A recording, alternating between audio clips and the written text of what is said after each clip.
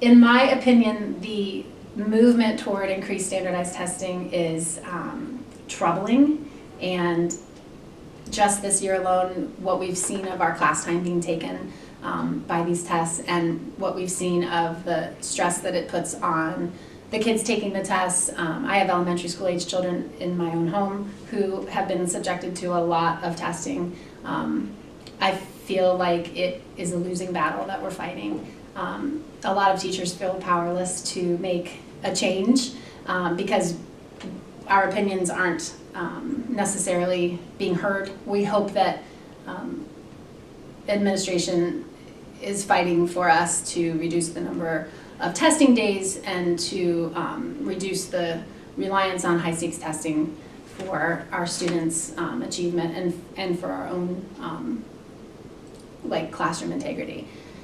So I'm not a big fan, and I'm not encouraged by the direction of education right now in terms of testing, but I'm hoping that the pendulum will swing back to sanity, because it seems to have swung far the other way right now, in my opinion. I teach a subjective course, and language arts is difficult to capture in a multiple choice test. It just is, and language arts skills can't always be demonstrated in a bubble on a Scantron.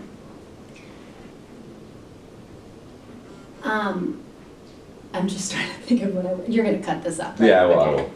So I think a 21st century learner, and I think that the role of schools is to prepare our students to go into the world and to be successful. And for a 21st century learner, that means collaboration skills, it means analytical skills, it means flexibility, it means broad experiences in a number of content areas. We learn that your generation, our students' futures will probably be made of many careers and not just one.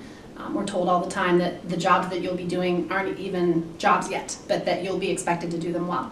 And so we hope to prepare you to be able, to be successful and able to think on your feet, able to communicate clearly, able to argue well, able to express yourselves well. I think every student needs to be able to read effectively, and I think every student needs to be able to write effectively in order to be successful in the business world or to whatever world they enter. He's just laughing. Don't laugh at me, that's rude. No, it was just business. Let's see.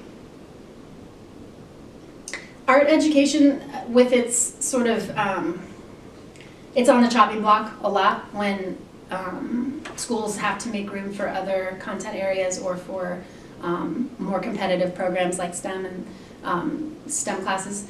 And I think that that's a huge loss when art classes are lost, when art instruction is lost, because I've seen research after research after research that indicates that well-rounded students have art education in their lives, and that art teaches so many skills that are applicable to other content areas. And I think that if a student is, whether it's visual arts, language arts, musical arts, whatever, I think if a student is well-rounded, that means that they have confidence to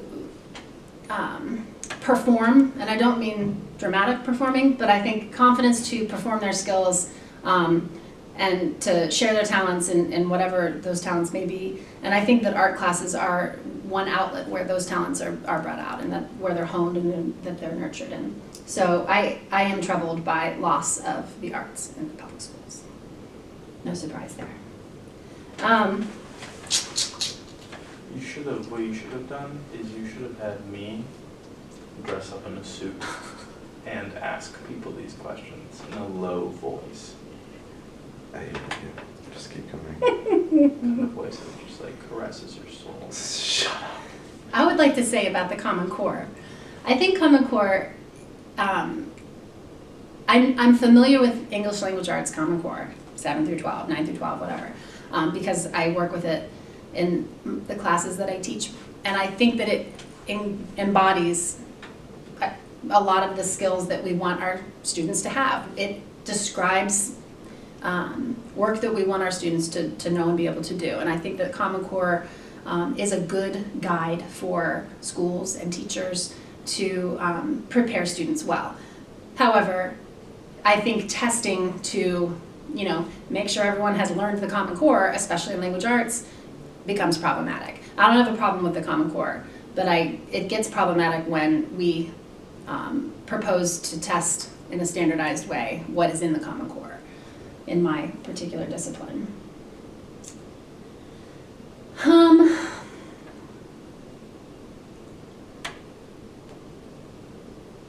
God, I can't talk about Koreans and foreign. No. That was more for the administration. Good, because that's hard. Yeah, that was for Emma.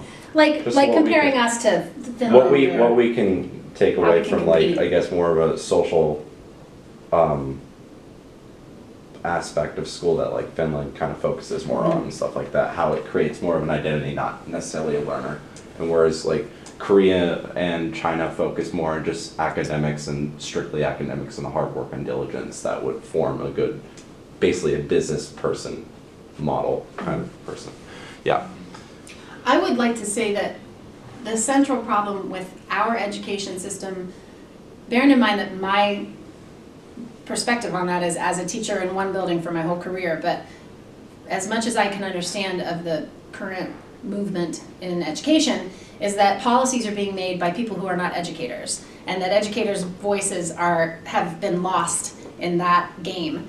And I think that's why the testing has gotten so out of control. I see the testing as a lot of money-making opportunity for businesses and loss of instructional time in the classroom, and not much more than that.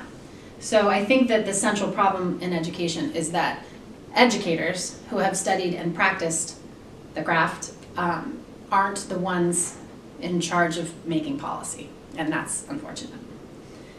And do I believe that it's pushing us toward a solution to the problem?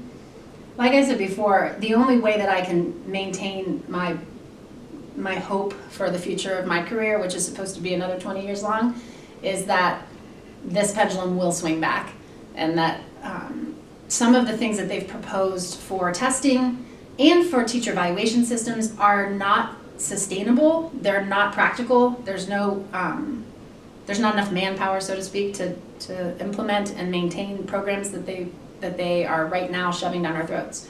And so I suppose I'm waiting, as Yates said, things fall apart, the center cannot hold, and I'm waiting for when it falls apart for us to be able to take back what we know is good practice, what we know prepares our students well to be successful in college and in their lives, and that we have to hold on for dear life in the meantime. That was a good soundbite. I will use the Yates thing for sure. And kind of, what is the role of teachers Okay. Being more of a facilitator of information or taking control of the classroom? Okay. Do you like students working within themselves and solving a problem, Mm-hmm. kind of being the main contributors to the conversation, or do you think that's more What of a sort teacher's of role? relationship paradigm should exist between student and teachers? I think That's fair. is that Mhm. Well, I would say that language arts is great to, it's a great way to have a student-centered classroom. And that if the teacher's working harder than the students, there's something wrong. The students should always be working harder than the teacher is. And what that means for me is if you ask the right questions, or if you facilitate the right discussion that students care about, or that is relevant somehow to them and to their world, if you can propose work to do, projects to do, discussions to have that have larger implications than just the classroom work, then it's relevant to students and then they're interested. And I think that in my discipline at least, the best way we can make that happen is by understanding where our students are coming from and what they bring to a text, or if we're studying a novel, or if we're studying poetry, understanding their point of view first and trying to help them see the relevance of the literary work, for instance. And then assigning essays that make them think, but also allow them to express themselves, or to let them work something out in their writing that might be worthwhile to them. So I don't know how it works in other disciplines, but I know that in language arts, it's basically the study of humans communicating, which is all humans ever really do. And so that allows us to try to make the coursework as engaging as possible. And I'm always looking for my students, I'm looking for ways to make my students care about the work we're doing versus just doing it to jump through a hoop and having it not matter to their lives. So I think the teacher's the facilitator, but that the students should always be the ones steering the class, making the work relevant and trying to make something bigger out of it than just an assignment. I think that, yes, there's plenty of room for more professional development for teachers, especially when it comes to teaching students of different learning styles or different ability levels. We have a population of students on the autism spectrum that's booming, and none of us are trained as classroom teachers. None of us are trained as classroom teachers for a lot of special needs that are in our classroom. And so while our intervention specialists are prepared to work with students with special needs, we should be too. So that's one way. The other thing, though, is that professional development can provide us with tools for assessment purposes to give us the control over making sure that we have students who know and are able to do what we want them to be able to do versus the standardized test that's not written by us, not assessed by us, not necessarily, you know, coming from us and from what we value about our students' learning. So yes, I think that there's a lot of room for professional development to be more worthwhile for teachers, and that a teacher who loves teaching, who loves what they do, and who's in it for the purpose of helping kids grow into successful adults will take all of the support they can get, because our goal should be moving every student forward. And how do you do that without being, without honing your skills as a teacher? So, Awesome. that makes sense? Yeah, that was good. Is there anything else that you're interested in asking? Maybe just indulge in the idea of these two last questions. If you had the chance to change the system to what, anything that you could possibly do, beyond your wildest dreams, what would it be? And then the last one is just, do you think the education system is okay the way it sits today? You kind of answered that, but just kind of summarize. Sure.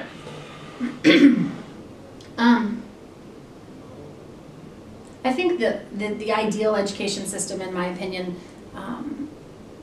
is ideal and probably not practical, but that we would find a way to make sure students can be successful with the gifts they do have, and that we can promote and encourage the gifts that exist to ensure that that student is on a path to success. Which is not to say that we don't challenge them where their deficits are, or where they struggle, because a student should always be challenged. And the greatest compliment a teacher can receive is when a student says, "This is hard." So we say, "Good, but you'll get it."